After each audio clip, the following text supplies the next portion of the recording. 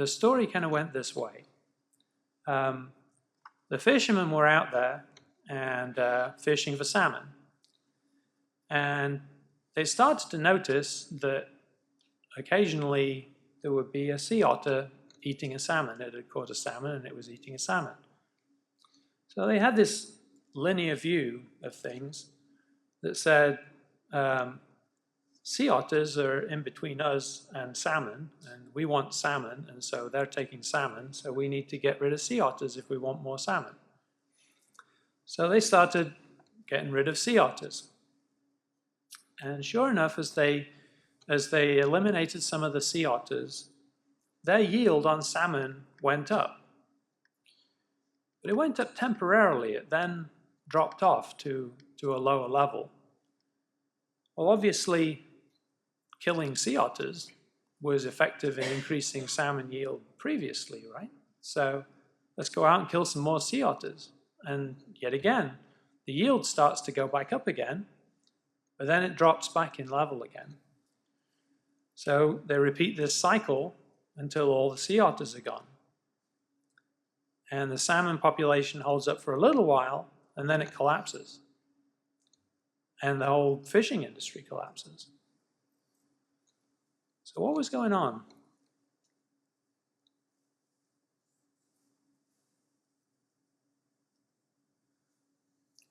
Here's a little bit more complex systems view of the interdependencies in that system. Sea otters do eat salmon, but salmon are relatively quick, so they're not that easy to catch. Sea urchins, on the other hand, are not quite as quick. So sea otters eat a lot more sea urchins than they do salmon. Well, what do sea urchins eat? Sea urchins' primary food source is kelp. And the kelp beds provide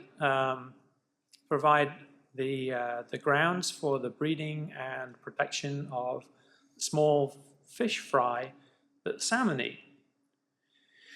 So when we start killing sea otters, it does in fact reduce their immediate impact on the salmon that they were catching, but it actually has quite a bit bigger impact on no longer eating sea urchins, who are no longer kept in balance, so they eat the kelp in far larger amounts than they used to, which eliminates the environment for the fry, which is no longer available for the salmon to eat, so the salmon population collapses.